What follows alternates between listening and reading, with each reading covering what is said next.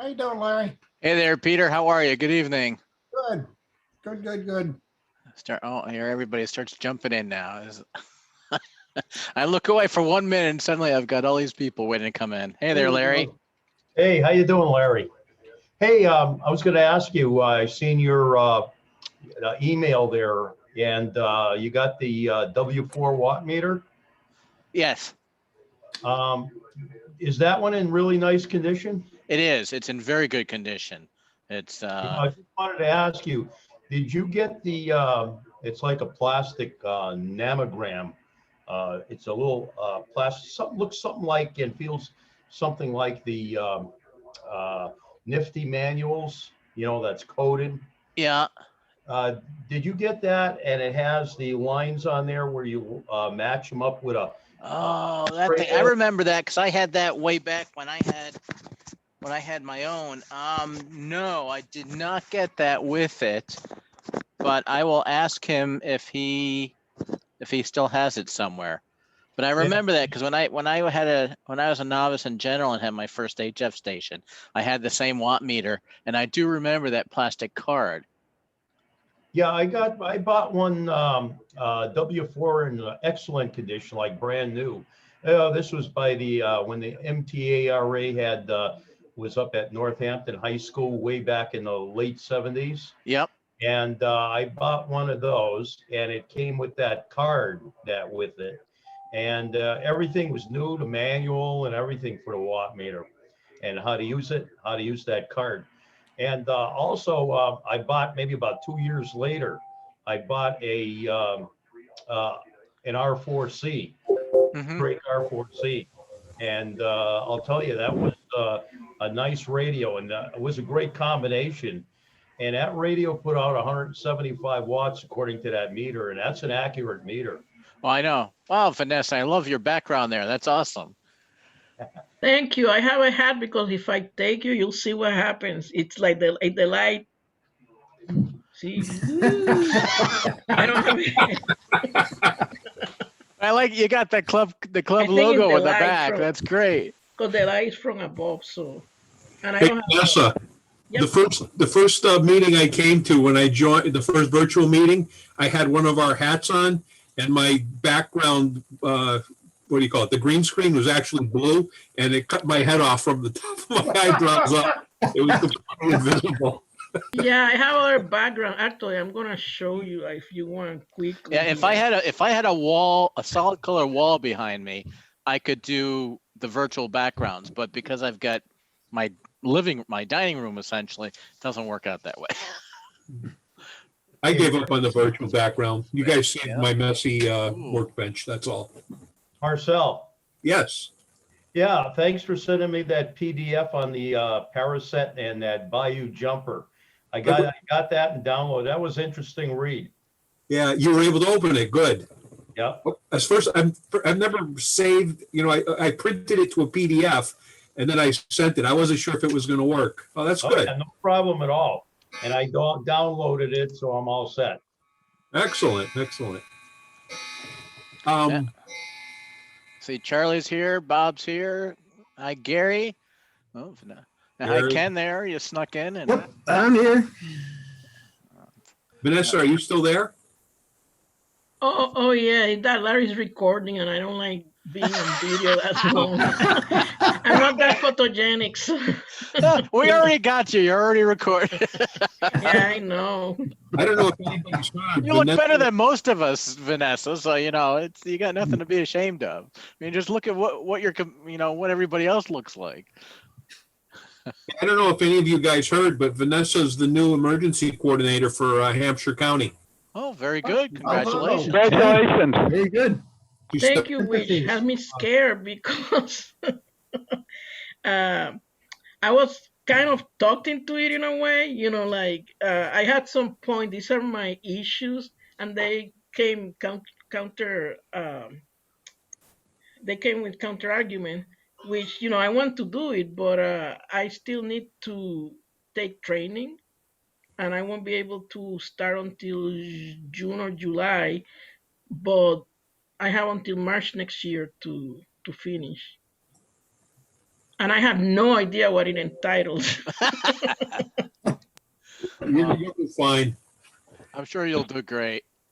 I know it. Hey, so there was a link to sort of re-sign up for Aries. I mean, I was an old Aries member, but haven't done anything in years. And do you have that, Vanessa? Or so did you? There was a new link, I guess. I might have the email with the link. I didn't resign, I didn't go through it. I got an email from LaJoy, like somebody supposedly recommended me. He never mentioned who. So it's like that. Who turned you in? Who turned you in? I don't know who it was. I've got it written down somewhere. I've got it right here if you want it.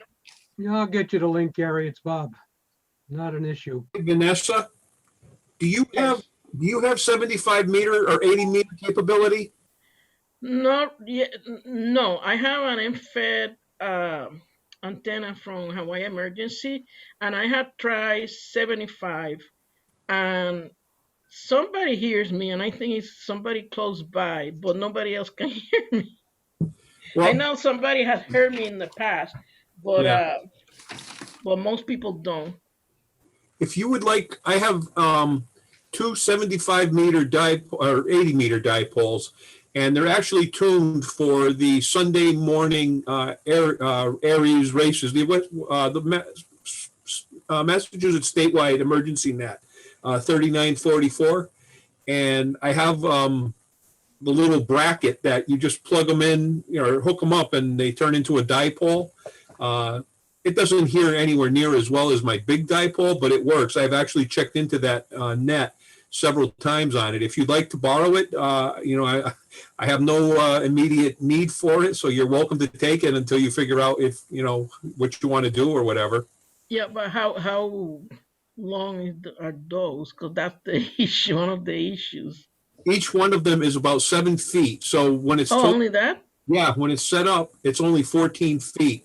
And I usually put it on a painter's pole and stick it out, in my backyard, and that's how I've done it. Smitty, your print is backwards there, Smitty.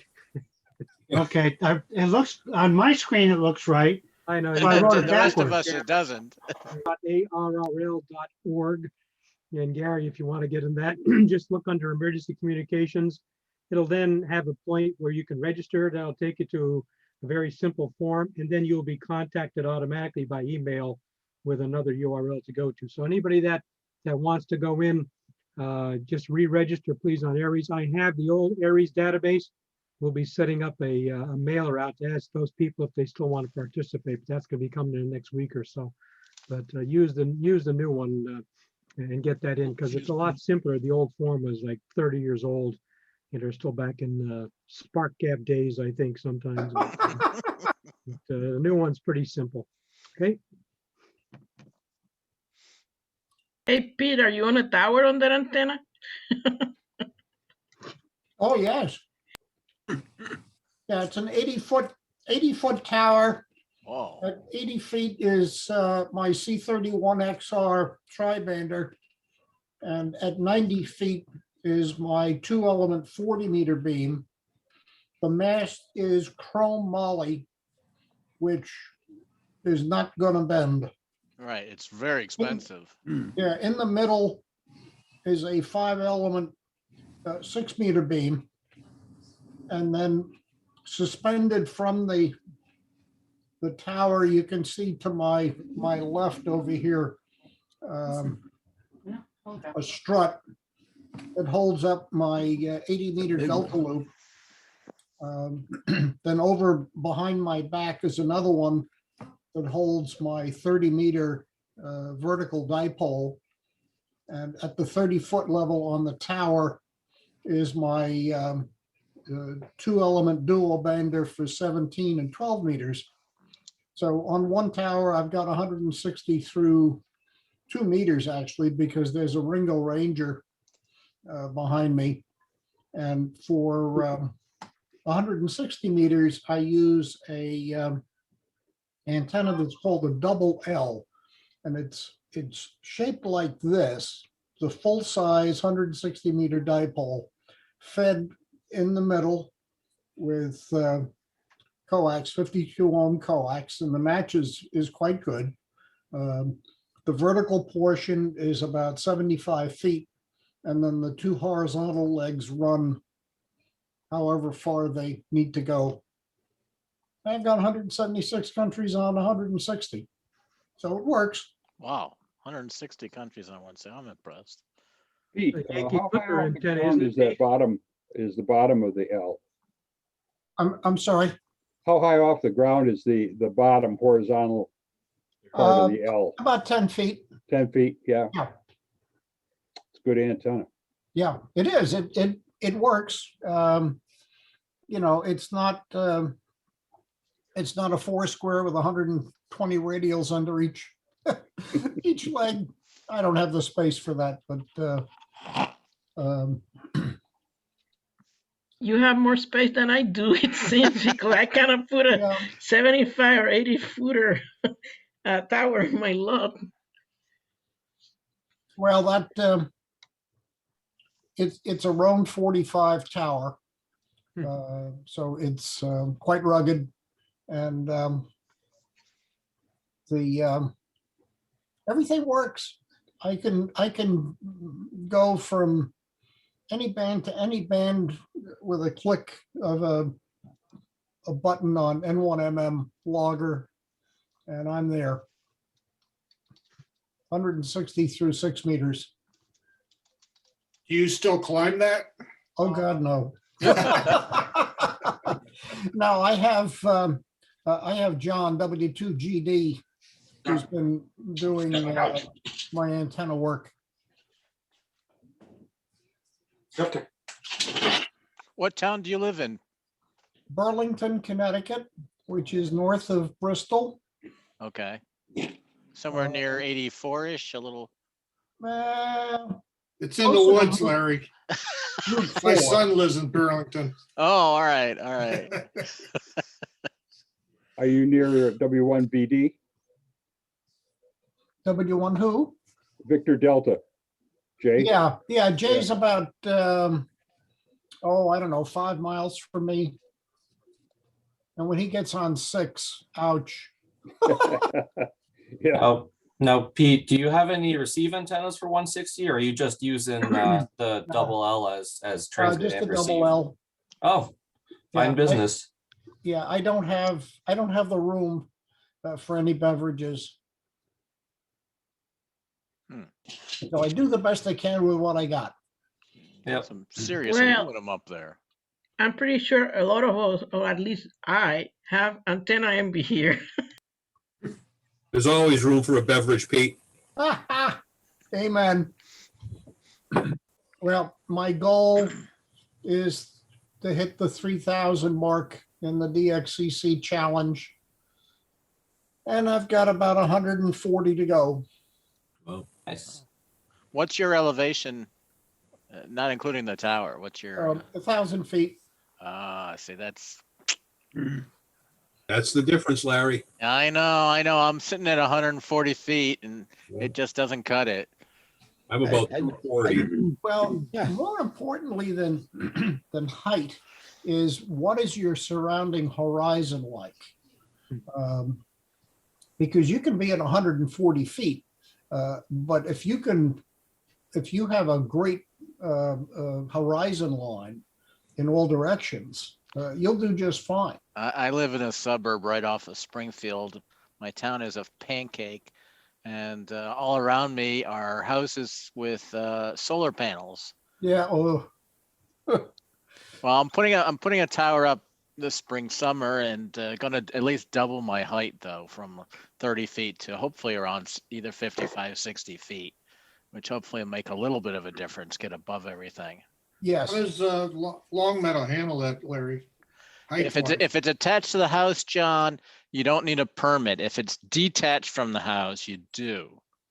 And that means getting permission from your neighbors and all the other associated BS. Yeah. So mine will be bolted to the house with a bracket, and we'll see where it goes from there. I would suggest that you use a concrete base as well. Oh, God, yes. Okay. You have the tower, Larry? I've got 5 sections. I'm collecting sections, and I hope to have a couple more come springtime. What are you Roll using? 25? Yeah, Roan 25. I have 4 sections here if you're interested. They're Oh, not gonna go up.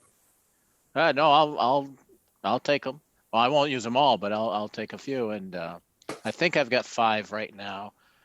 And Okay, we'll talk.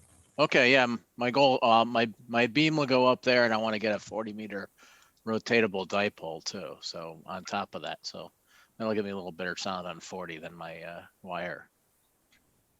A 40-meter rotatable? Yeah, JK Antennas makes a 40-meter rotatable dipole that'll sit a foot above my beam, and I've been drooling over it since I heard about it, and it's on my wish list. So if all goes well, you know, it'll go right up there, and it'll enhance my signal next fall for 40 meters. So is it a dipole, Larry? It's a rotatable dipole, yeah. Got it. Hey there, Ron. Hey, Larry, how you doing? Doing good. You look like you're enjoying retirement. Yeah, it's kind of growing on me. It's the best job you'll ever have. And And hey there, Rod. Looks like you're joining us. I'll agree to that. How are you? We're good. How are you? Welcome to our Very meeting. well. Thank you. It's let's see here. We got is Bob must be driving. So if he's on his phone. And I'm eating supper. well, I thought I saw Gary check in. He'd probably be asking what's for dinner tonight. yeah, there he is right there.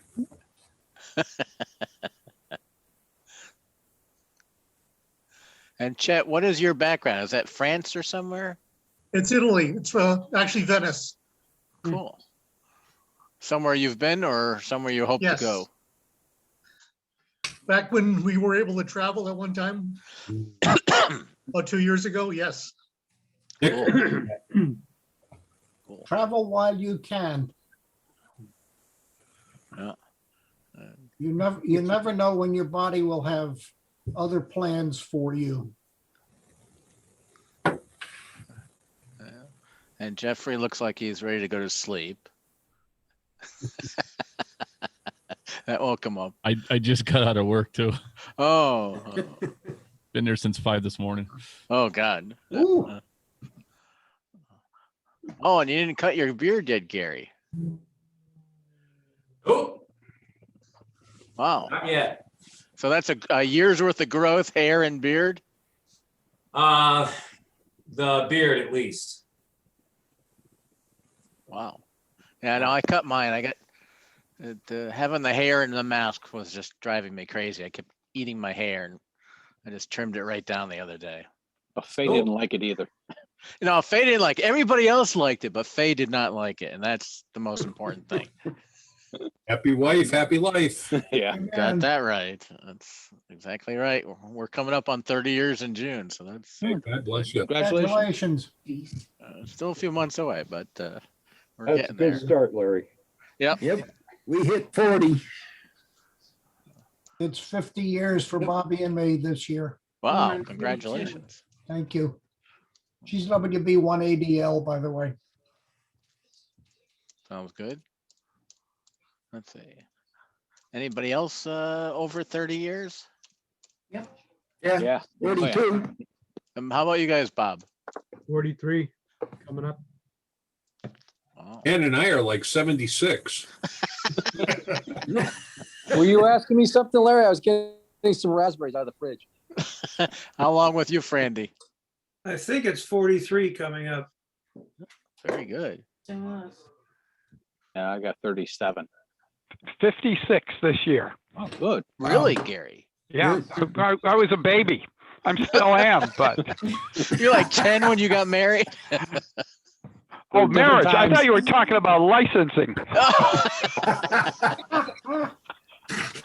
Oh, that's a See, different I story. missed it. How long have you and Jay License. been married? Oh, you muted yourself. You're muted, Gary. Yeah, that's because I didn't want her to hear me. 37. Okay, that's really good too. Yeah. Yeah. Oh, okay. And everybody's steaming in here. I still haven't gotten this to allow everybody to come in automatically. I have to manually admit everybody. So we're up to 24. What the time? Well, is if you, Larry, if you have the waiting room enabled, then yes, you have to admit people. I've tried it a couple of different ways, and no matter what I do, I always have to admit everybody. Well, that's a safety feature. Oh, I understand that. I understand that. That's, Yeah, I got 2 meetings that I run, Larry, that we don't have a waiting room. And in fact, one of the meetings is going on right now without me. so, well, I guess we 'Cause should I'm be here. we should be thankful you're with us and not them. John, Yeah, no, it's, I think I ran into a ham that that you might know. Let's see, his name is Russ, lives in Vernon, W1SPI. I don't know if he's hearing me. No, Does it ring a bell? no, not to me. sorry. He worked for Wire Mold. Oh, I recognize wire mold, but. Oh, not Pete, John. I'm sorry, Oh, sorry. Plaster. Oh, really? Yeah. His name is Russ. Doesn't ring a bell right now, George. Well, it might not have been him, but I ran into somebody that knew you real well recently. Oh, But I thought it was yeah, I heard this guy calling CQ on 20 meters, so I answered him. He was in Vernon, which is about 9 miles from me. It was best DX of the day. That's not bad. I was playing a little radio earlier today and worked a little CW, and worked a little sideband, and had a rag 2 with a guy down in Missouri, and Who is planning to work on the contest? I am. Who? Play a SSB little bit. DXARL. I'll get out and dabble, but I'm not a phone guy. CW guy? Oh, yes. Yep. I do that too. Oh, yeah.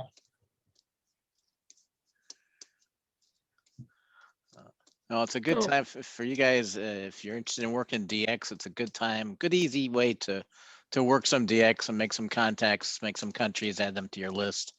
If you haven't gotten the bug, it's a good time to catch the bug for chasing DX. So when that it starts, it's Saturday UTC, I'm assuming, but at what time? Yeah, it it started started 20 to- minutes ago. Yeah. Okay, so it's Saturday already. 7 Somewhere. 00 GMT, and it ends at 23:59 on Sunday. So basically 7 p.m. Friday to 7 p.m. Sunday.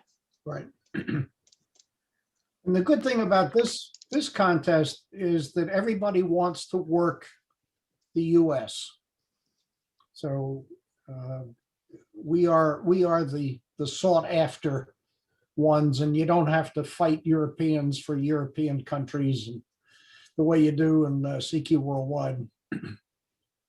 Well, it's a DX contest. They're not necessarily looking for us. They're looking for other stations too. No, they No, work it's with just us. US and Canada works everybody else. Everybody works Oh, US really? and Canada. Yes. Yep. Oh, You can't work other US stations. right. No, I know that, but And can other DX stations work other DX stations? No, No, Oh, I see. I didn't realize that. Okay. yeah, that's why I say this is this is the perhaps the easiest contest for us to work DX, because we're not fighting DX for DX. We're fighting W's for it, but what's the exchange? 5-9 Mike Alpha or Oh. Connecticut or Vermont, wherever you are. you send the state, they will send their power. so, most of them will send K or KW, and you'll get a few hundreds, 200s, 400s, 500s. Yeah. And the occasional QRP guy will send you a nickel or something. Right. Well, at least we don't have to sit there and figure out what ATT means and 4TT and all that, which they've started using in CW. Well, the nice thing about the log checking software is that'll actually convert the cut numbers into actual numbers when it processes them. So for next year's CW contest, you can actually just log the cut numbers and it'll figure it out and take care of it for you in the end. Okay, well, that's something else for me. I kept changing this year all the cut numbers to real numbers. You can do it either way. There's an article that's floating around somewhere that pops up every now and again. I'll if I think of it, Larry, I'll send it to you. Okay, yeah, there was an article in NCJ a couple issues ago that just discussed, using one or the other. But for you guys that don't do CW, they've shortened how they send their power to TT is 00 and then a number or sometimes a letter 1 through 5. So it can be you can do like alpha tango means 100. And when you first see it, it can be a little confusing as to what the heck you're copying. But Hey, Larry? yes. Yeah, is that like in CW, a lot of them I hear sending 5NN for 599? That's been going on for forever, Larry. NN is always a substitute for 99 or 55N and such, but it's kind of similar, but it's even shorter than that.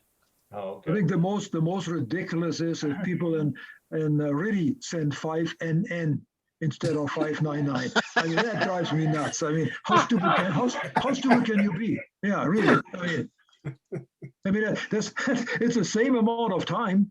Well, they do it to be sticklers. They just do it to be sticklers. That's all. I don't know. They're dumb. It's not a true report. So I'm going to give a true report and stick it to you. If I see a 5NN, I say, I can't believe it. Next time he says E5, ENN or something. Yeah, it's not like it takes any shorter time to type an N instead of a 9. No, even that, and also the character length is the same. It's not shorter. I mean, in CW, people do that to just shorten the time, but in really, it doesn't make any difference. No. Well, I just saw Don pop in there. Hey there, Don. How are things out in New Bedford? Or are you up in Maine now? Oh, he's busy. Call sign expired in 97.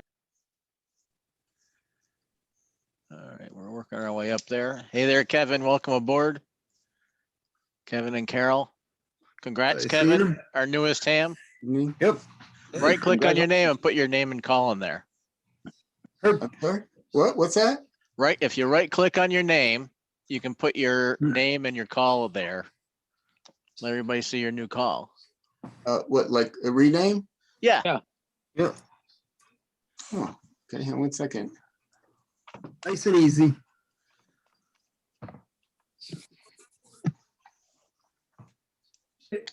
Larry? Yes. Hit the blue. If you click on your own screen, if you click on the 3 little dots, there's a rename function. Yep, you can. Oh, it's on the 3 dots for that. You can also click on your name. You can right click and go to rename, and you can put your name and call in there or whatever you want to be showing. Actually, you can left click on it too. As a matter of fact, it is. Huh. No, it's left click, not right click. Try it. Well, you have a Mac, Franny, so you don't have a right click button, right? No. I've got the latest model. It's got a right click, but I use it all the It's time. a right click. It's a I right guess click. it could be a difference. All righty. Well, we're approaching 7:30. I have to share this. Yes. My uncle was a ham when I was a kid growing up. He passed in 97. And when I was getting a bunch of things of his, he was my favorite uncle, and wanted a bunch of things from my aunt. One of them was the ARRL handbook from 1974. Cool. Wow. Yeah.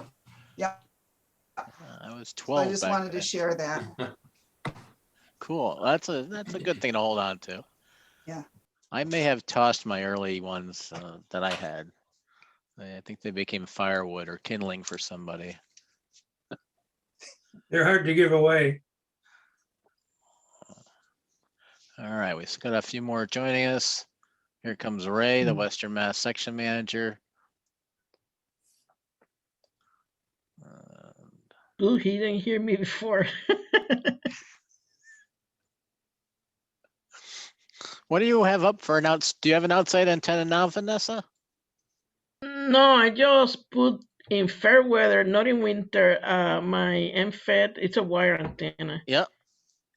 So I just put it on a painter's pole and slant it into a bench. That's where I have the Unum cover with a Tupperware container for weatherizing it. And then just coaxial from there to the house. And I already had decapitated a couple of coaxial cables when the storm window had gone on them. Boom. So I have to find some better system. You ready to put something up in the trees come spring? No. Oh. No. I don't think I have tall enough trees. I think the most I can get is like 20 feet, and my painter's pole is 23. So. Okay, we're moving Fertilize along. the trees. Excuse me? Fertilize the trees.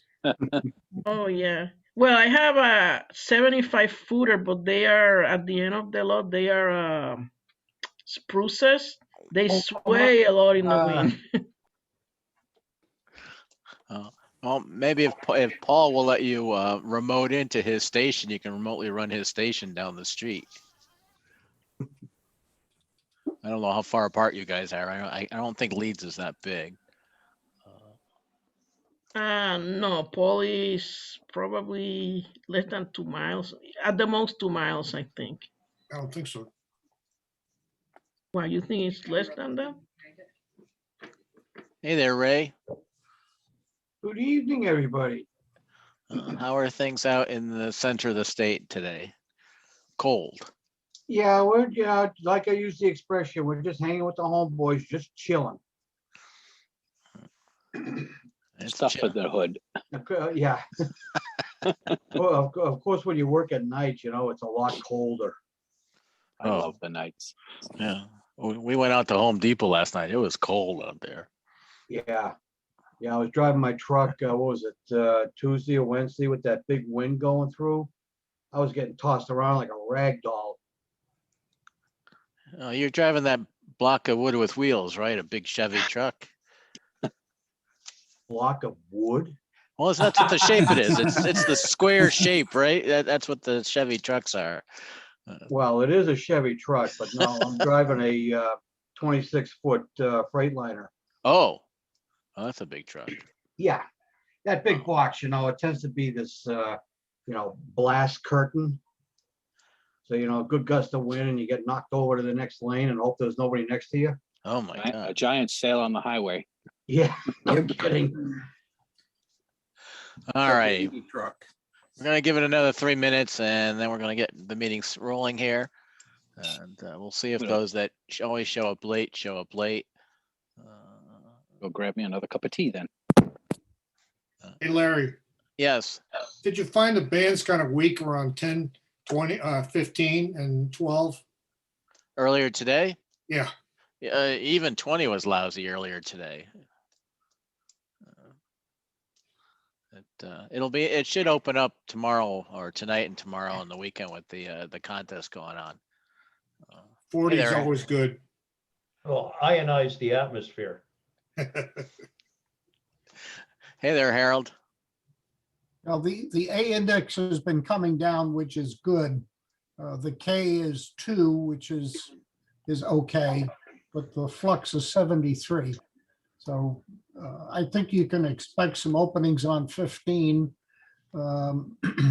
possible Europe, Africa, and South America. 10 meters, you're going to see some spotty stuff there. It's possible Europe, but more likely it's going to be South America and Southern South America, LUs, and further south PYs. But you never know. We could get a pop into the Caribbean.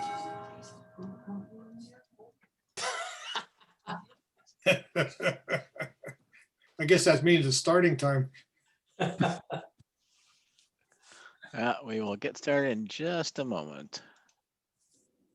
I'm just tweaking my screen here so I can see everybody and everything.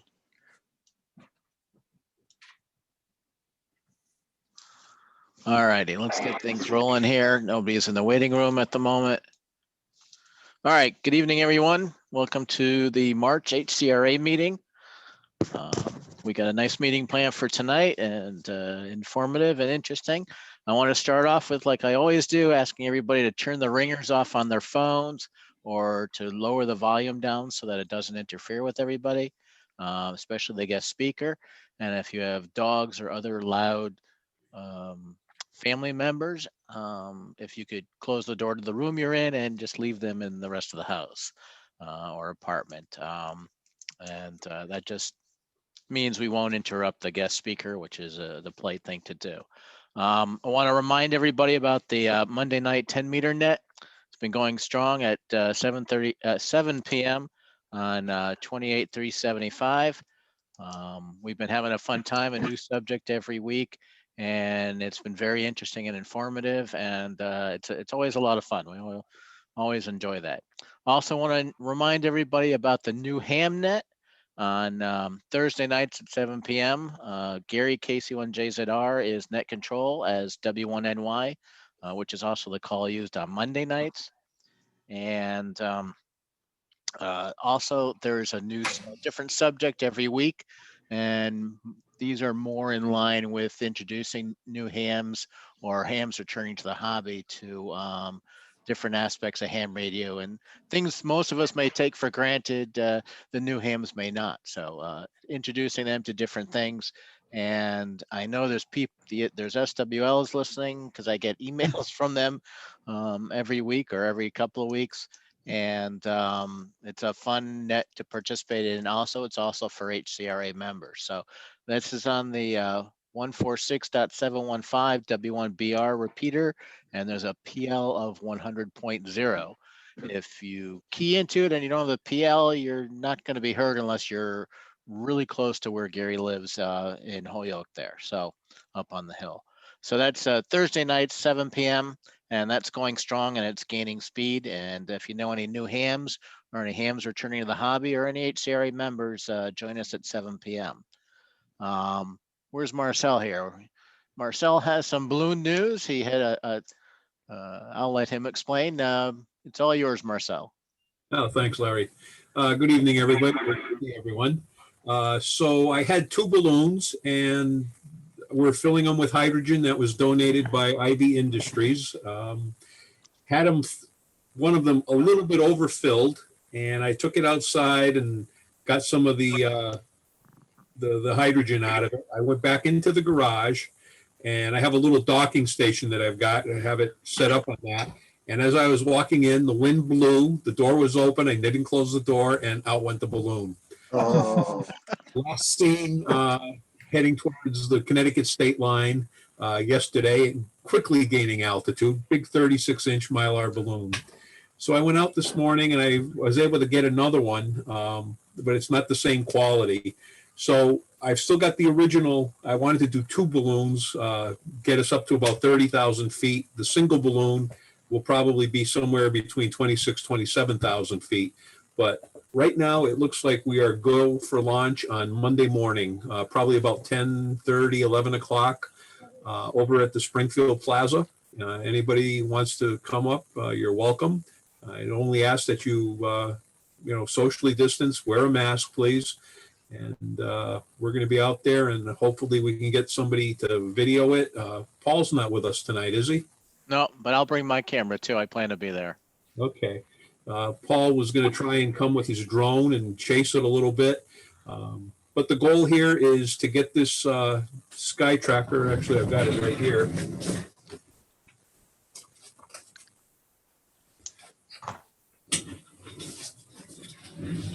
This, let's see.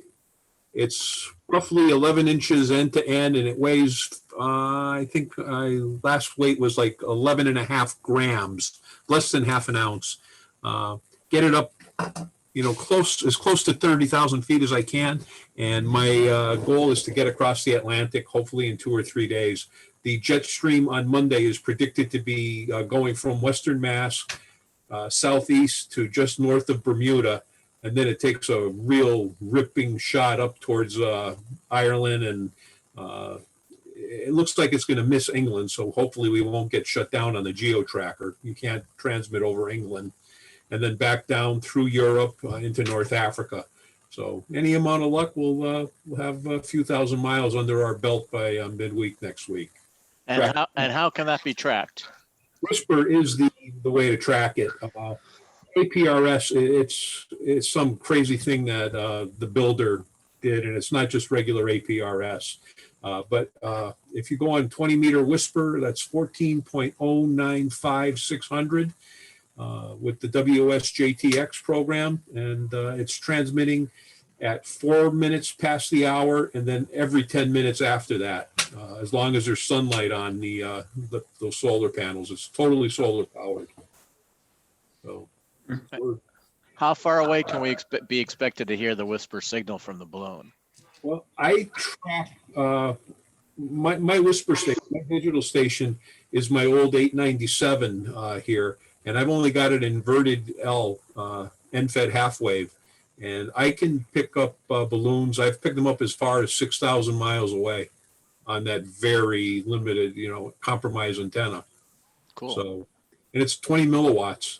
So it's the other day I was doing a final shakedown. I had it out in the sun, 4 feet above ground, and the antenna is actually a 34-foot dipole made out of magnet wire, and I had it set up in a horizontal V, and I got a decode from 1,800 kilometers away. So it works. Cool. So yeah, hopefully we'll get up in the air Monday morning if the weather holds. All right. Before we go on, does anybody have any questions for Marcel? What time is that again, please? I'm going to be out at the plaza sometime between 10 and 10:30, right behind the 99 restaurant, because that gives me the greatest distance towards the south. Good clear space to get it up. Okay, thank you. We'll wrap around one of the light poles. Are you gonna do a press release? Invite the news. I'm not kidding about this. Invite the news so people don't get alarmed. Oh, this is a very common thing. There's probably 8 or 9 balloons up right now, Vanessa. Yeah, but I mean, not in this area, I think, right? So I don't think it's a bad idea to mention it to News 40 or News 22, and they might want to send somebody. It's good news, like positive news. It might. They got right across the street. I think I'd rather wait till I get the first launch up and do the first one I've done. I'm going to have the balloon this week. All right, cool. Well, I plan to be there Monday morning, and I'll bring my camera and a tripod, and same here. Fun. I'll be there. All right, great, and we'll bring it out on the email reflector and the Facebook page. Okay. I am going to keep. We'll be posting over the weekend if there's any weather changes. Right now the winds are supposed to be the low-level winds. The ground winds are supposed to be somewhere beneath 7 miles an hour, which is kind of high for a very underinflated balloon. If they get to 10, I'm going to have to cancel. But if we're 7 or so, we're going to go. And as long as that jet stream is going towards the southeast, that's what we want to see. We don't want to get up over the North Pole. Supposed to be calm by Monday, they were saying. Yeah, it's supposed to be much better on Monday. Cool. Sounds good. Excellent.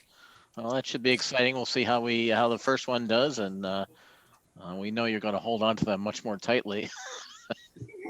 I couldn't believe that. String. There's the balloon. All right, cool. Well, thanks very much, Marcel. And this is going to be neat. And I've never been on Whisper. I guess I'll play with that over the weekend and see what I can hear.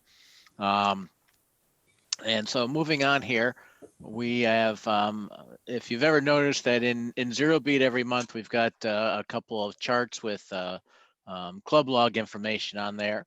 And basically it's been, it's something that the club started doing, I don't know, 4 or 5 years ago or so, a little friendly competition about working DX and everything else. But ClubLog does so much more than just, let you try to leapfrog over your friends while working DX. So tonight we've got Nick Maslin, K1NZ, HCRA member, and he's going to tell us all about it. And you should be able to share your screen if you need to, Nick, because I did enable that, but the floor is yours. All right, well, hello everyone. Like Larry said, I'm Nick, K1NZ, and let me hit a little button here. And all right, let me move PowerPoint around because apparently it thinks that, or it wants to share on the screen that it wants to be on. So let's try this now. All right, stop that Zoom. Okay. There you go.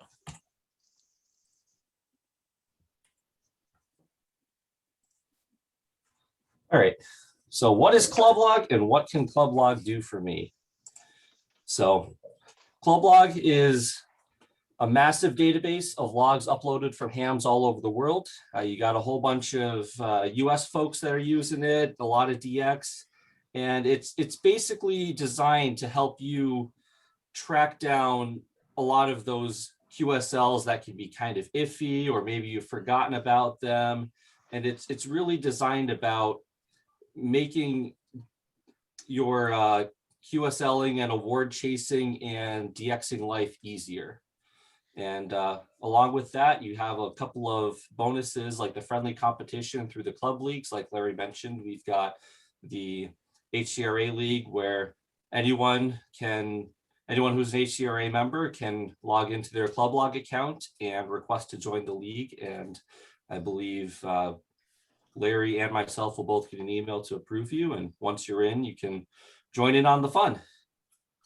There's also a few other tools that they offer. You can see propagation predictions. You can see what would be the best time to talk to a certain area of the world. And they use historical data as well as RBN spots to come up with that information. And then there's also OQRS, which is online QSL requesting services.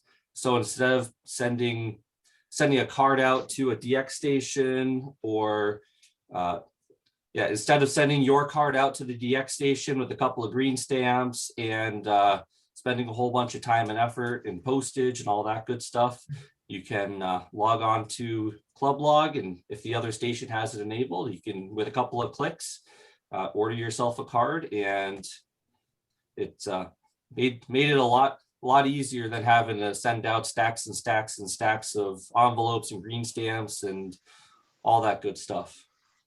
And then there's a few other statistics to poke around with, and I'll show a few of those a little bit later.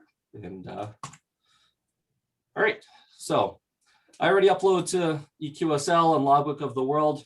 Why should I upload to ClubLog too? Well, Logbook of the World and EQSL, the whole point of them is to basically replace paper cards with digital versions or digital confirmations.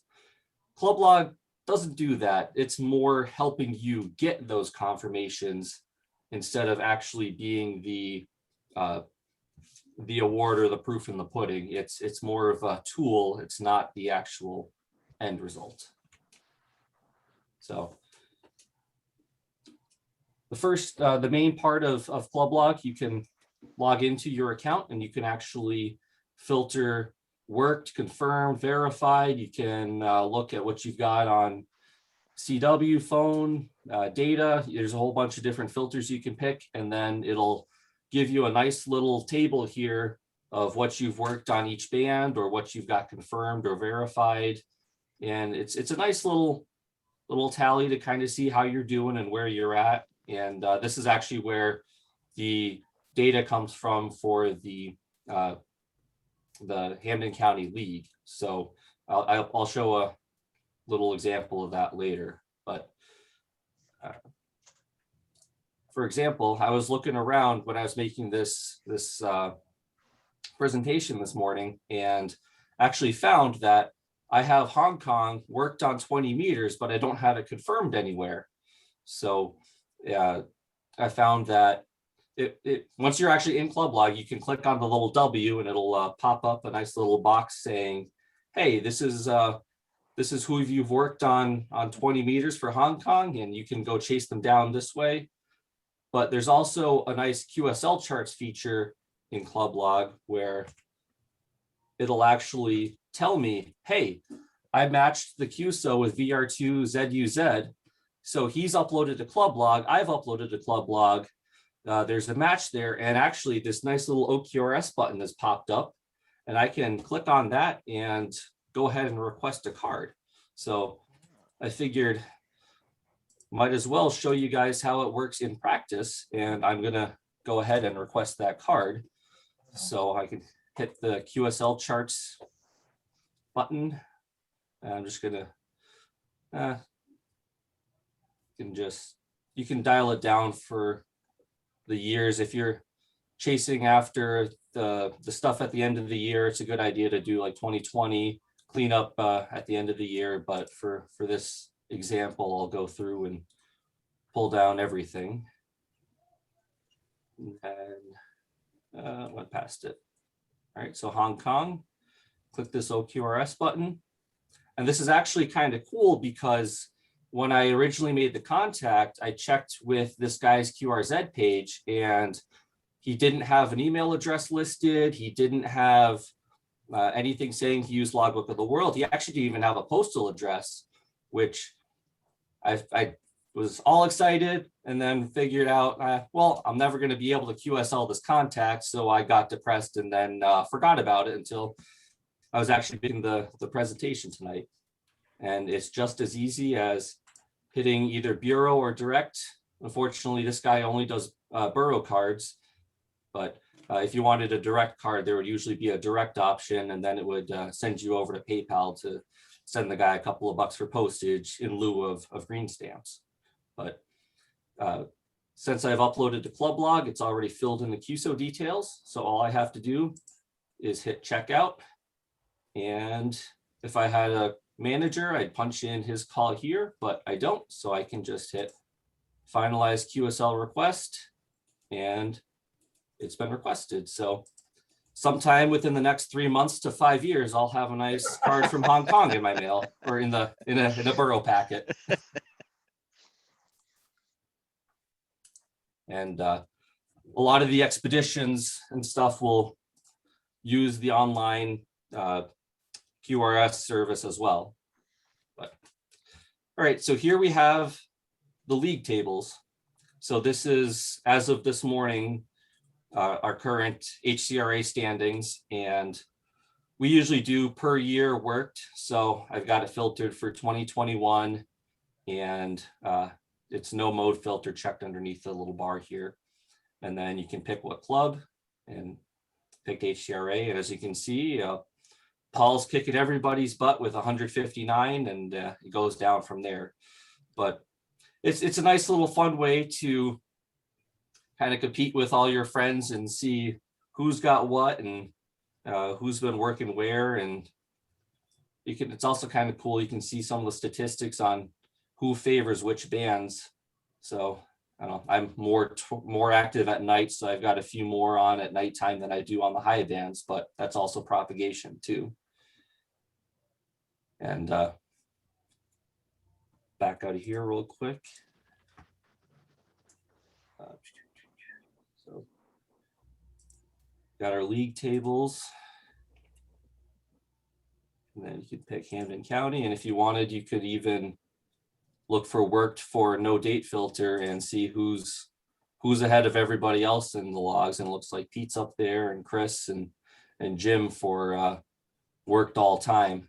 So it's just another one of those kind of fun little cool things to play around with, see who's been on the air and who's been working what, and sometimes the results surprise you. Oops.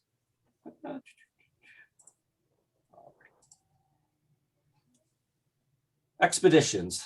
So like I was saying, a lot of the expeditions that are hopefully coming back this year, but they will upload their logs either in real time or roughly once a day or so. So it's that nice satisfaction of you make the contact, you can hop on ClubLog real quick, and then it pops up and you don't have to worry about trying to fight the pile for an insurance contact on that band, or you know you're in the log, you know you're good, and you can breathe a little easy that you've worked them and don't need to try and work them again. And the other nice thing about it is, I remember when I was still a younger ham, I don't know, maybe 2013, 2014, when the cycle was just starting to pick up a bit, there were a few of us that were chasing down a lot of the expeditions to see who could work them on as many slots as possible. And I'll show you on the next slide, you get a nice little map with like green little check marks to see who's worked them where, and you can actually see how many people have worked them on what slot. So it's another nice way to kind of compete with your friends, but it's also kind of cool where you can see where you've worked them and where you need to work them and all that good stuff. And like I said, the OQRS aspect is a nice part where instead of having to send your green stamps and send your cards in the mail and hopefully it doesn't get stolen or lost and all that good stuff, you just send them a couple of bucks over PayPal and they'll send them to you direct when they get the cards printed, or in 2 to 5 years after they send them into the bureau system. So here's the chart for 3D2AG, who was on at the beginning of the year, which is Rotuma Island. It's a separate entity within Fiji. And as you can see, I worked on 20 CW, 20 FT8, and 30 FT8. And the little red boxes here are all of the other bands and modes that he was on. So I've only got 3 of them. It was enough to get the @no in the log and have a couple of other bands and modes checked off. And you can also sort by club and see how the other folks are doing. So Jim got him 5, Matt got him 3, and so on and so forth. Who's W1C? I'm guessing someone had a special event at some point in time that they linked to their account. So those sometimes pop up. It looks like it's Pete W1RM had a W1C event that he linked. Yeah, I ran W1C in January as part of a celebration of CW. If I might offer something of particular use in this table, you'll notice that on the 3rd line down, it says propagation from United States, US W1 state, Massachusetts, zone 5. If you click on state, ClubLog will filter the contacts from Massachusetts and show you by band when other stations in Massachusetts have worked this DX. Now, this has been incredibly valuable if you're chasing something kind of rare on 80 meters or 160 or what have you, and you can see when others in your state have worked it. This doesn't work unless it's a de-expedition.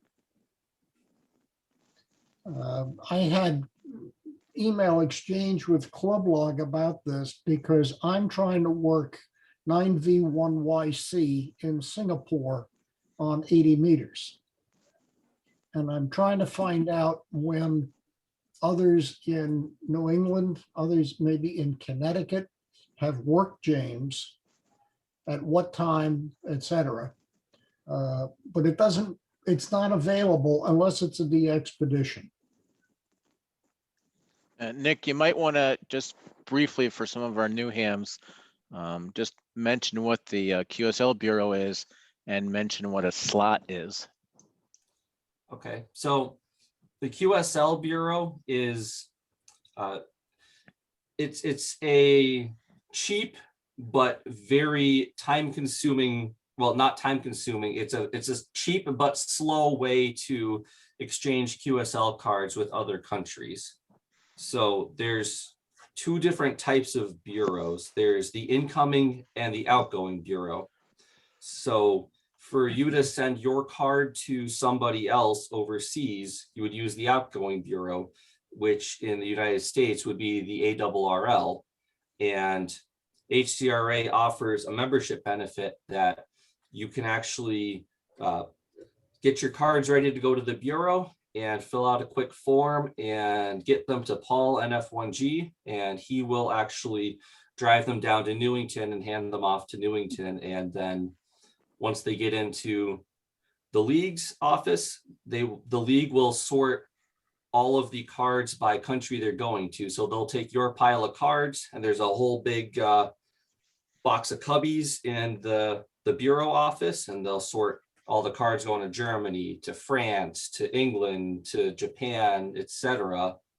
And then they'll package them up in one big box and ship it bulk rate off to the foreign countries. And then when the cards get to the foreign country, they'll come to an incoming bureau. And in our case, our incoming bureau is the W1 Bureau, which is run by the Yankee Clipper Contest Club, or YCCC. And when the box comes in, they've got a few area clubs that volunteer their time to do a big pre-sort, which is to take all of the cards and sort them by the first letter after your one in your call sign. So they'll sort out all the 1N cards, all the 1M, 1A, 1B, etc. And then there are 26 volunteers who sort those letters. So my N sorter is N1NK in Rhode Island. He'll get a whole box of cards and then sort them out by each individual ham with that letter, and then mail them to them. So you need to throw a couple of bucks at the bureau for postage to cover it from wherever your sorter is in New England to get them to you. And actually, for example, Jeff NT1K, he's also a letter sorter, and Jim KK1W as well. So if you need more information about the bureaus, you can reach out to those guys if you want to learn their deep inner workings. But otherwise, to get some cards sent out to the league, you can talk to Paul NF1G. And if you're interested in receiving your own cards coming in from the DX guys by the bureau, it's w1qsl.org. You can sign up for an account there and PayPal them like $20 or just to get started, and they'll just keep a running total out of how much they have to deduct to send you the stuff. Yeah. That good enough, Larry? That's perfect. All right. Well, and explain what a slot is.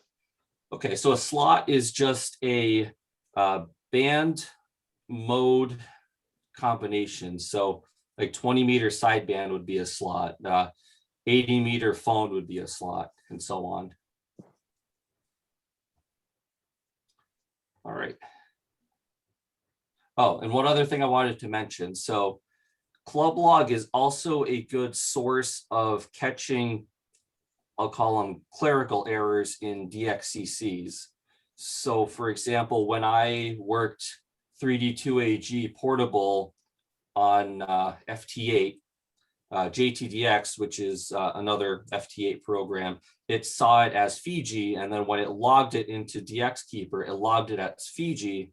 And when DXKeeper uploaded the QSO to ClubLog, ClubLog yelled and said, "Hey, we know that call sign. That's not Fiji, that's Rotuma." and it's a good way to catch some of those folks that are portable but not in the right spot or things like that, or like the French islands / possessions who all use TO calls for special events. So if you hear TO something on the air, it's on a French island somewhere, but there's so many French islands that you never know which one it exactly is until you go look them up. So a lot of those places will upload to ClubLog. And if you use DX Labs, I believe it's in Pathfinder, one of the programs you can download the big master list. And when you log the program or log the contact, it'll upload or it'll save it as the proper DXCC based on the big exception list. All right, so propagation predictions, and as Pete was saying, I'm getting myself confused now. So as Pete was saying, ClubLog does also offer propagation predictions, but you can only drill down as close as your CQ zone. So we can only pick zone 5 to kind of look at where people have made QSOs from, but it gives you a good starting point or a good reference to where you can work someone from, or what would be the best time to get on which band at which time to try and work the country you're hunting for. You want to take this with a grain of salt because zone 5 extends from Maine to Florida. Yep. And propagation from Maine is a whole lot different than propagation from Florida. Yep. Like I said, it's a good starting point, but conditions may vary. Bands can be weird. You never know what you're going to get. So it's just another tool in the arsenal to try and help you get some of those countries that you need. Then a few other features they've got, you can actually analyze the cluster spots. So you can click on a box in there and you can pick per band or just in general to see what cluster spots are showing that people are hearing various stations that you need for either a new country or a new band or things like that. They keep a most wanted list. So the DXCC entities that people don't have in their log, I think Bouvet, which is a Norwegian island way down near the Arctic in the middle of nowhere, is I think #1, and I think right behind that would be North Korea, and I can pull it up in a moment, but that's another feature they've got. And then one of the ones that I kind of like myself are the timelines. So it gives me like a nice little list of all of the years I've been a ham, the number of contacts I made that year, and then a % breakdown as to how many have been sideband, how many have been CW, and how many have been digital. So it's kind of cool to see your operating trends, to see what you kind of like operating those kinds of days. And then that's kind of my brief overview. And I'm just wondering, does anyone have any questions, or do you want me to see any demos of anything, or what do you guys think? Oh, looks pretty cool. I'm gonna go out there and take a look around. Yeah, and it's also free. You don't have to pay, but they do take donations to join. Okay. Yep, it's all free, and all you have to do is just sign up with your email address, your call sign, and then you can upload your logs and see what you can find and see what's out there. And I can post instructions on how to join the ClubLog League, but I think I can just run through it real quick. If I remember correctly, you have to do it through settings, and then you can go to clubs, and then you pick in the big list of everyone's got all different leagues. You can find Hampden County in here and hit join club, and then I'll get an email to approve you and I'll let you in. So this looks like it's focused on DX on high frequency. Is that right? Is that the focus here? Yes, it is focused on DXing, and they do have 6 meters and 2 meters, but that's 6 meters does get a little frisky and open up all over the world at times. 2 meters is more for the satellite and EME kind of people, but it's not for like the terrestrial 2 meter repeater contacts or chasing after states and stuff like that. It's all focused towards DXing. Thank you. Question about uploading your logs. Can you upload a combined log? Because I changed my call sign a couple of years ago, and I like to keep my original call sign log merged with my current one. Yes, you create one account and you can have multiple call signs, and you can actually link them to each other. So I've got my old call sign K1MAZ, and I think I only have 4,500 contacts in it, but I did link it to my primary or my current call sign K1NZ now, and you can keep the two separate. And when you upload your logs, just upload your old log under your old call sign separately, and then your new log under your new call sign, but then you can link them together. I think that might be done under this linking tab. Cool. Any other questions? Anybody, anything? Hopefully we'll see some more calls up on ClubLog. It's a lot of fun competing with your friends and competing with yourself. Let's see here. Great job, Nick. Really interesting. I'll have to go in digging myself into some new areas that I haven't tinkered with. And 42,000 QSOs, that's a lot more than what I've got. So I'll have to get on the radio more often. Well, and this is my timeline that I was talking about. So you can see when I was still a wee young ham, living at my dad's house or living in a different apartment than where I'm at now, I wasn't really on the air all that much, and I only really stuck to phone. And then I kind of moved to where I am now, discovered digital JT65 and the later FT8, and then it's gotten me on the air a lot more. But it's always interesting to kind of see stuff like that too, and how things have played out over the years. Nothing done today because everything else going on. Okay. All right. Any other questions for Nick? Any or on NetLog? Go ahead, Frandy. Gotta unmute yourself, dude. You gotta unmute yourself.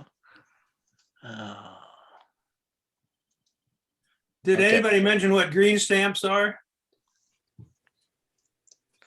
Well, I got some green stamps right here. I keep a pile of them just for various QSLing purposes. There's a couple here, a couple green stamps. I got this one time, a $5 Canadian bill. But yeah, green stamps are just good old US currency. And then if you really want to mess with the DX, you can order some nice international reply coupons. No.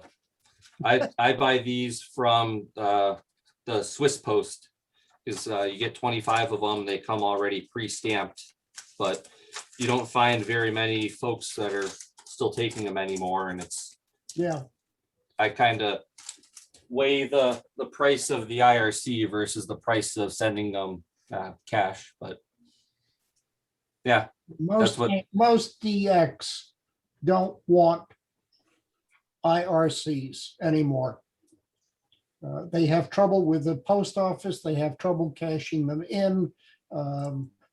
Domestically, I've gone to a post office asking for them, and I get a blank stare from the person behind the counter. IRCs are a thing of the past. Yeah, it's been a few years. The USPS doesn't sell them anymore, but they still have to redeem them. And I have a friend, K7ADD, went on a DXpedition a few years ago, and he found a magical sequence of buttons you have to press, and he has it in his blog somewhere. But it's a pain because most people don't know how to deal with them. Yeah. Also a problem if you use green stamps. So be careful, because if you send them to some countries, maybe some of the former Russian countries there, they won't reach the ham, because the guy who delivered the mail looks before and he knows there's sometimes some green stamps in. So it's difficult sending out green stamps. And if you do, make sure that it's not obvious that you have something in there. Yeah, and that's why a lot of these folks have switched to using the OQRS stuff, or just send them an email and say, hey, I want this contact confirmed, and they'll give you a PayPal address to send a couple of bucks to them too that way. One of the things you don't want to do when sending QSLs overseas, especially as Jürgen mentioned, do not put call signs on the envelope. Yeah. Don't put yours, don't put the recipient's call, because postal workers are smart enough to say, oh, I know what's in here. Yep. Just one more thing. What I've used these global stamps that you can get at the postal. I don't know if you can see it. Can you see that fine? Yep. I've used those through all my mailings when I work DX. Right now I've got a total of 191 countries and DXCC entities. And this is what I've used. Probably a little better focus right there. And these you can get at your local post office. Yeah, And, but they're what are good they, forever. What They're are they? forever. That's just a regular stamp. So Yep, the regular stamps, but they're just like forever stamps. yeah, but it doesn't mean that the guy, when he receives just a stamp, says, wait a minute, I don't pay postage for that. So he might never get one. So you have to give him some green stamps. Yeah, well, I get the stamps. I had to get a whole sheet of them, about 20 of them, or I've had these. And whenever time I work a DXpedition, and I've also got them through ClubLog. I signed up for that a few years ago, and I've got that, and I worked them, and which is great because you don't have to send anything, and you just go through PayPal if they want any money for a card, and I usually get a card from that. But before that, or people who don't have ClubLog, or I just put a stamp on and send these, and I've got every one of them back. And you're right, do not put your call sign or the other fellow's call sign on. Any other comments or questions for Nick? If I might, this is Pete W1RM. The approach that I take with sending green stamps is that I have an outer envelope, which is a legal envelope, into which I put what is this thing? It's a number A4. Six and a quarter, maybe. It's 3 5/8 by 6 1/2. Okay, envelope, and a QSL fits in this beautifully. So I will put my QSL in this, 2 green stamps in this, and put this in the outer envelope.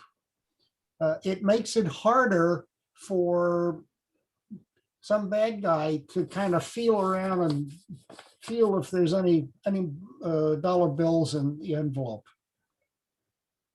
So for what it's worth. Sounds good. Sounds good. Hey, Nick, thank you very much. Great job. Judging by the questions tonight, and hopefully it'll everybody working DX this weekend on the SSB contest can make use of ClubLog, and maybe we'll see some new names popping up in there and joining us. It's a lot of fun. Larry? Yes. Nick mentioned DX Keeper and DX Log. Yes. Wondering if the club has had a presentation on, Yes, Dave Bernstein came down and spoke to us about a year and a half ago okay. on DX Lab Suite. Yeah, Dave knows a little bit about that. Yeah, a bit. And I've tried to get N1MM, but he gave me. I asked him very nicely, and he was very rude to me and said no. Really? He just Well, lives that's- out in Vernon ways, and I well, haven't asked that's Tom. N3FJP yet. I should ask him. He might join us, but What would you like? We can talk about this offline, but what would you like on N1MM? You want a demo? maybe that. We've had a couple of demos on how to set it up for contests. But it's nice to know some of the little other things that you can do with it also. But yeah, we can talk offline. Send me an email at w1ast@arl.net, and we'll Because I chat use about that. N1MM for everything, and I automatically transfer all QSOs into DX Keeper. And DX Keeper then becomes the repository for all confirmations, all award tracking, etc.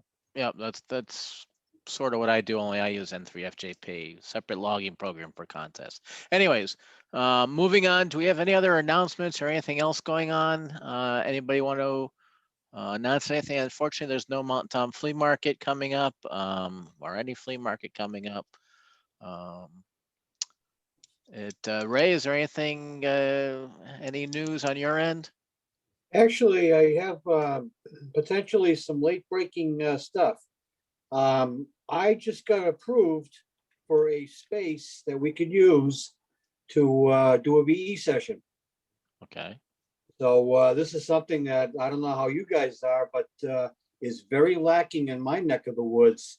And, because all the public buildings have been shut down because of the COVID, I was talking to my boss, and the warehouse that I actually start my day off in is quite large. It can handle, a very socially distanced VE session. So I'm looking to probably get something set up, hopefully the end of the month or, early next month. So I'm hoping that, instead of going through the league and advertising, I'll just advertise through the website and just announce to the clubs like yourselves, number one, looking for volunteers who might want to assist in conducting the testing, and also to let people know that we're going to have a test site. And I'm probably going to invite Eastern Mass as well, to take advantage of this and see how things play out, and maybe run some multiple if everybody has been happy with the results. Yeah, Jeff NT1K is our local. He runs the test session. Where are you, Jeff? He runs I'm the here. Pioneer thing, yeah. If I can help out if it needed, Ray can shoot me an email, nt1k@nt1k.com, and we could talk at another time. But yeah. Cool. Yeah, things are very early. I just got the approval, so now I'm going to start looking on gathering, interest and people and seeing what I could do. I'm also going to go to the league and see if I can get some back issues of On the Air magazine, and obviously get the brochures out and all that good stuff, so we can make it one of those VE sessions that makes the new hams feel welcome, which is something that really is needed. So I'll keep everybody posted. Other than that, everything is just rolling right along, and hopefully the clubs will keep trucking. And I don't know if anybody is familiar with Paul W1SCX. He's out of Gardner, the Mohawk Club. He's actually putting on a challenge to all the clubs that for field day. And I think he wants to work out some type of a formula. I don't know what his plan is, but he's going to put out a challenge for field day to see which club gets the best score. The Mohawk and the Montechusett Club actually had one going for a few years where the losers would actually have to carry around a 23-channel CSCB radio to the meetings every time. Oh. So we may carry tradition for the losing club, but I've actually just received a brand new 2021 handbook and a brand new antenna book which I will give to the top scoring club. Okay, well, we don't know what's going on field day wise yet. A lot of people don't at this point. So it's up in the air. But yeah, if you coordinate with Jeff, he's our local VE organizer. Rats, there was something else I was going to say with that. Oh, do you know, is the Ham Exposition going on in the fall, or any latest news with that? I think what they're doing is they're actually planning on having it held in September, based on the current information, because Fred, our division director, has approved it to be the New England Convention. So my assumption is that it is in the works for being in Marlboro. Okay, cool. But obviously that is subject to change.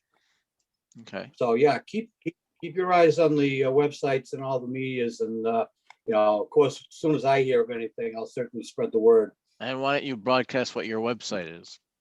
It's wma.arrl.org. Cool. All righty. Any other miscellaneous announcements or anything else going on? Okay. Next month we have show and tell, which is always an exciting meeting. If you've built or assembled anything in the last year, we hope you'll join us and present it to it at the meeting. It's always a fun meeting. It's always a learning meeting. Sometimes it's an amusing meeting, and it's always extremely interesting. And especially with everybody being locked up for the past year, hopefully people are putting together kits. Maybe some are putting together the CW reader kits, and we'd like to see how your kit came out. Or you're building something else. There are lots of other opportunities, and there's still time. So that's coming up in April. In May, we've got Mariusz, KB1MDS, and he's going to talk to us on how he went about getting his class. He's a teacher at Pathfinder. Pathfinder, thank you. And he's going to talk, his class talked to the International Space Station. So he's going to talk to us about that. And it should be really informative. June is elections. And from everybody I've talked to on the board, everybody is staying on. We do have a brand new zero beat editor, Ken, KD1KU. Where are you, Ken? There you are. He's our new zero beat editor. He, John N1JIE is stepping down, and Ken is stepping up. And Ken has been doing our advertising for the nets and for the classes and everything else for a number of months now, and he's taken over for zero beat. So zero beat will continue. And for those of you that went berserk when you saw the Facebook post of where zero beat is, that was an error, and that's been fixed, and it's only going to be linked now to the HCRA website. So you don't have to worry about, if you're not on social media, you don't have to worry about joining social media to get zero beat. It'll be on the website. That was just an error. It caused a huge conversation, and people got all sorts of got all worried for no reason at all. Let's see, ARL DX contest this weekend. Hopefully we'll hear you on. And I think that's it for everything else. Field day, like I said, we really don't know what's going on. You know, we're not making plans for it yet. We don't know. I guess we just sort of have to feel things out, how the vaccine is received and how it trickles down to those of us under 65, and everything else goes. So maybe there will be a small gathering for field day. Maybe it'll be field day like we did last year. Maybe it won't be. We don't know. So either way, hopefully we can do something other than working out of our homes. But I guess we'll just have to. It might be a last minute thing. We'll see. And I think that's it. Hopefully we'll hear you on the 10 meter net Monday night. And thanks all for joining us. Larry? Yes. What about, can you get an update on the class? Oh, okay. The class, We had 63 people sign up and attend the class, a couple from around the country, most from within the Connecticut, Mass, Connecticut, New England area. I haven't talked to Mike yet. I don't know if this past Wednesday was the last meeting, the last class, or if it's next Wednesday. But there should be a big influx of new hams. Kevin and Carol, Carol, are you attending the class? Yeah, Wednesday was the last formal class. Mike is going to have a open forum session next Wednesday, mostly for Q&A. Okay. And see if anybody has any questions or anything that they want to review, but it is officially over this past Wednesday. Okay, that's good. And I didn't attend any of them, but hopefully they were a decent class. Hopefully they were a good class. And were there a lot of people in the class itself? Yeah, I mean, I know 63 had signed up. I think overall there was probably maybe about 45 on the average attending every week. Very informative. It reinforced a lot that was in the book. I've been doing the ARRL review on the exam website along with the practice exams. So going to the class, it also gave me a chance to ask questions, and a lot of other people were asking questions too. There was a lot of interaction. It was very, very well put together. Good, good. Yeah, I knew Mike would do a good job. Also want to say congratulations to Kevin, your husband beside you there. He just got his license. And your call is KC1OQB. And welcome aboard. I know you've been on the 10-meter net and the 2-meter net. And hopefully we'll get you more and more involved. And once you guys are a team of both of you, then you guys can fight over the radio, of course. But, That's about Larry. Yes. Larry. Yes, Marcel. Sorry, go ahead. Who else besides Mike was teaching that class? I don't know. Who was Michael the only teacher, Carol? It was just Mike. Just Mike. Yeah. What about testing? Oh, that's a big thing. I know he's given a source for, how did you take your test, Kevin? Why don't you explain that? Through the Aurora Club up in Alaska. Alaska? And they really did, they did a great job. They proctored it, and they did it, I mean, very, very professional, but very welcoming. You know, the instructions were clear. There were no technical issues. I think Carol signed up to go through them as well. Yeah, I go 2 weeks from tomorrow. I actually have it here, but I signed up through them as well. So nice. But I think my general, I'm going to go through them as well. I like them. I know I was talking to somebody the other day, and there's a group in Bloomfield, Connecticut, and they're doing on-site testing. And Larry, yes. Another resource you can look to also is hamstudy.org/sessions. Mm-hmm. That's kind of where everyone is coordinating all the remote sessions across a lot of the VEs. I know ARRL, W5YI, GLARG, which is the Greater Los Angeles group. All those guys are coordinating their remote sessions there. So if you have people that are looking, send them to hamstudy.org/sessions, and they can sign up for the remote ones there. Cool. All right. Sounds good. Sounds excellent. I had a question. Yep. Go right ahead, Kevin. I thought maybe somebody could give me a little bit of advice. My disc cone is mounted on the ground out here. You know, it's only probably like 4 or 5 feet off the ground, and north and east of us, we're just not getting very good reception at all. Broadcast, I mean, we're coming in full quieting to the repeater, but for Mount Tom or for W1BR, but for reception, it's so poor that it's like, you know, I think it's like 2 by 2. It's really sad.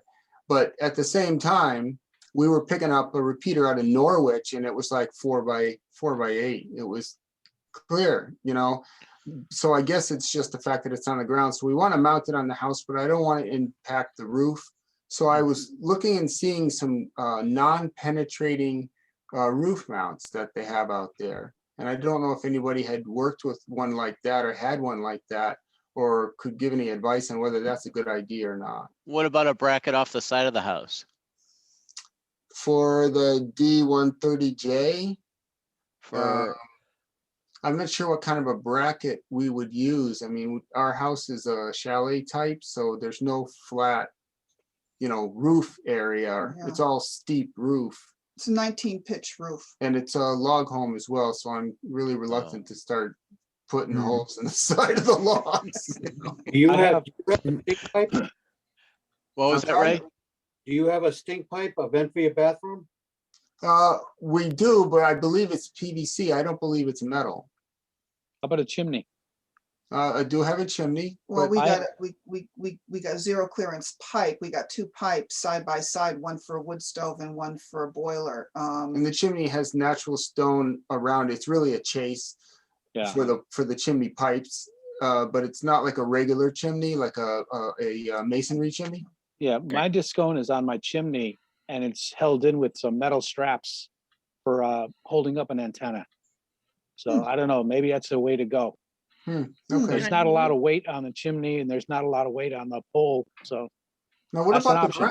what about the ground wire though? I mean, I want to have the ground wire go as straight as possible to the service ground for the house, but there's just no real good way to do that, so straight down right into the ground, right into a ground rod. Right, but it would have to go across the roof and then down the side of the house to the service. Right? I mean, No. You go right to the ground. I'm not sure I follow you. Straight down from if you strap it to from your chimney, just go straight down to an 8-foot copper rod, right below the right beside the chimney. The chimney's in the middle of the house. Oh, okay. May I suggest something? Like Like some people, I have seen people that, and I'm planning to do that. They get two fence posts, like the top rail. They are like 10 footers, I think. They put them together. They create a mast. Can you use that? And then somebody suggested to me putting it in a 5-gallon bucket. You fill it with cement. Will that work for you? Maybe. Well, I think it would still be ground mounted. I mean, I could get it up on a 20-foot pole, 20 feet off the ground, but it can't be where it is now because it's too close to the power lines. Right. We would have to, the way the land is laid out, it needs to be, 1.5 times the height of the mast with the antenna in order to be, in compliance with FCC for safety. And that won't work where we have it today. I mean, Tell you what, take some pictures at all angles of your house and your yard. Okay. And, well, you mentioned that somebody might be willing to come out and do a site survey for us. Yeah, what you might want to talk to, he probably doesn't want me to say this, but where'd Bob K1YO go? Are you still here, Bob? There he is. We see him. He might be one of your best bets, Send but some pictures, we can take a look at what it is and what you can do there. I mean, sounds crazy, but if you have any trees nearby, I got a VHF antenna mounted off of a big pine tree off to the side, about 20 feet up, 30 feet up. So there's ways of doing it. I can always come up with something. So you can also for them. To me, K1YO at arrl.net or K1YO at comcast.net, either one. We'll take a look at it. So something you can do in the meantime while you get the picture is maybe share with Bob I don't know if you have Google Earth. Share your address and he can look in Google Earth your street, your house, as much as he can. That's a good idea. That's a good idea too. it's what between him and everybody else, I'm sure there's some way we can jury rig something up and make it work. It's the way of the ham. There's always a way, no matter what. All right, great. Anybody else? Any other last minute comments and all? Go ahead. Kevin, I was just gonna say, Kevin, do you have a deck? Yeah, we have a deck. Well, I'm using my deck railing, and I've got a 30-foot mast off of my railing with the tri-bander up there. and it's withstood all the winds and everything we've gotten. It's just, I'm using just EMT. Hmm. Okay. Well, That's a thought. That's a thought. That's for sure. Yep. I And know then that some would still people give with us, big drill bits. well, that would still give us a clear, a more clear line of sight to the north and the east, which is the issue that we have where the trees are, you know, the trees and a little bit of the mountains, you know. We'd have to put in a It's just gravel. bizarre that, I mean, we go out, we pick up the repeater in Vernon, W1BRS out in Vernon. I mean, it's like, you know, 5.9, it's beautiful. And then we picked up Norwich, and, you know, when I plug my scanner into that disco, and I'm picking up traffic from the state police in Dutchess County in New York. So it's clear as day, you know, so it's like. What is the elevation at your house? We're at 1,023 feet. But we're on the side of a mountain, so we've got a berm going to the north of us that goes up higher. Yeah, here's your And- problem. And so, Exactly. exactly, that's our problem. So anything to the north and northeast of us is, You're deaf to, yeah. yeah. Yeah. Sound familiar? What town are you in, Kevin? Granville, Granville. Granville, Connecticut? Granville, We're Mass. Granville, Mass. Okay. That's too far from you, Bob. Nothing's too far, Marcel. Anywhere from Worcester to New York border, I guess. Need to get a mountain. A little bit dynamite. You need to get a mountain. Take one of Marcel's, take a couple of Marcel's balloons. Bring it up. In the There you go. That would work. Yeah, you can get those up a couple thousand feet. Yeah, what's the loss in the cracks going to be for that? All right, Thanks, well, thanks for the advice, though. Thank you. Yeah, well, between everybody, I'm sure we'll figure out a solution for you. Yep. Well, that'll work. All right. Let's see here. Any other last minute comments or anything for the group or for the board, for the club? Yes, I have the plug for videos. Oh, go right ahead. As you know, we have the YouTube channel. We want to provide more content. Excuse me? writing them. Okay, so we want to provide more content. So if you want to record something, you can do it using a phone, a simple What about 'em? camera. If you have a single reflex camera, the DSLR, the new one have video capabilities, not mine. So, but your phone can be the tool depending on what you're going to record. For example, if you were to record a video explaining what is UTC, you don't need many props, so the phone might be enough. So you record the video, send it to Webmaster, or I'll pass it by the board before though, and we'll upload it to the to the YouTube channel if you want to contribute to the content. Thanks. Okay, does anybody have any questions on doing video for Vanessa?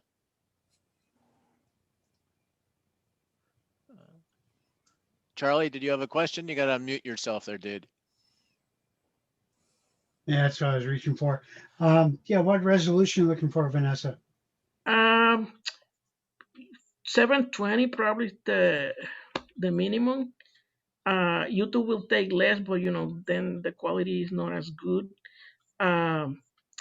So Charlie, you have a lot of things like you can present your solar setup there. Somebody, if they want to present their shack setup, there was today's conversation that was very interesting about that antenna tower in Connecticut, things like that.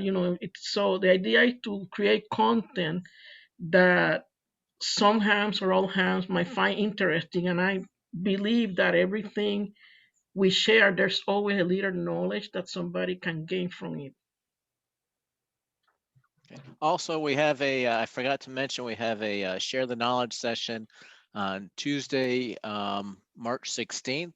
And Naja, maybe one ZA, AB1Z. ZA. AB1ZA. Yeah, I get them he's an A. confused with Ron. Sorry. AB1ZA is going to do a talk on Arduino. So that'll go for about an hour or so, an introduction to Arduino. It's just like this. Just gotta tune in. We will set up and send out the link probably 3 or 4 days, 4 or 5 days before the meeting. It's Tuesday night at 7 p.m. on March 16th. So if you have an interest in Arduino or you have some knowledge in it, plan to attend. And Najim is extremely knowledgeable, so should be an interesting session. Jürgen, did you have a comment? I thought I saw a hand. Yeah, another comment. I would like to have to clarify something because you said show and tell anyone who built a project in the last year. There are some projects that take more than a year. Right. Why are you setting a time limit there? It's, let's put it this way. Let's do it this way then. Anybody who has a project that they want to showcase that they have not previously showcased for a show and tell session with us. How's that? That makes sense, yes. Okay, that's more in tune to what I wanted to say. I just didn't say it right. Thank you. Okay, John. Yeah, I have a quick question for the group. Just curious if anyone on here might happen to be running Ham Radio Deluxe software under VirtualBox on a Mac operating system. So I have a Mac Mini that I use for most of my work, especially for my photography. And I have a license for Ham Radio Deluxe. So right now I have a laptop. I'm just trying to unclutter my desktop a bit. So what I'm thinking of doing is moving Ham Radio Deluxe over to my Mac, running it virtualized under VirtualBox, which is free and it runs on a variety of operating systems. I've searched around on the web and it's not completely clear. It looks like some people are doing it on Linux. I'm not sure about Mac OS. I'm going to still do some more looking on it, but I just curious if anyone may have tried doing that or not. Matt WMPY might be able to help you. I know he uses John, Mac. I was using it in the past on Parallels, and I had like driver problems. I think if you're not driving anything, if you're not hooking the computer up to anything, there probably won't be any issues. You know, I mean, what do you got to lose to try it, right? Right. I mean, it's just a matter of time. Obviously, I'm going to back up the system in case I have a disaster. But, you know, the only thing I'm doing right now is I'm basically controlling an old TS440. So I have an ICF 232 with a USB to RS-232 converter that's basically driving the radio, so I can do frequency control and frequency readback. That's all working fine. I've got an old Windows 10 laptop that I'm using, but I thought I'd say, you know, geez, I got this nice Mac sitting right here, convenient. It frees up desktop space. Maybe I can just try moving it over. I'm going to try it this weekend and see if I can get it running. All righty, cool. All right. Well, I'd like to thank everybody for coming out tonight, and everybody have a great weekend. You too. Take care. Thanks. See you Thanks, guys. everybody. Keep Nice smiling. job, Nick. Very good. Anybody going to the expo a couple of weeks, the virtual expo? I hope to. Yeah, I've signed up. So hopefully it'll be a good time. Something to talk about at a meeting too. That's exactly right. We'll have to mention it on the H3A email list and the Facebook page too. But, great. Cool job. Okay, everybody. Thank you. Thank you, Larry. Thanks, Larry. Have a good Thanks, evening Larry. and have a great Thanks, weekend. Larry. Good to see everybody.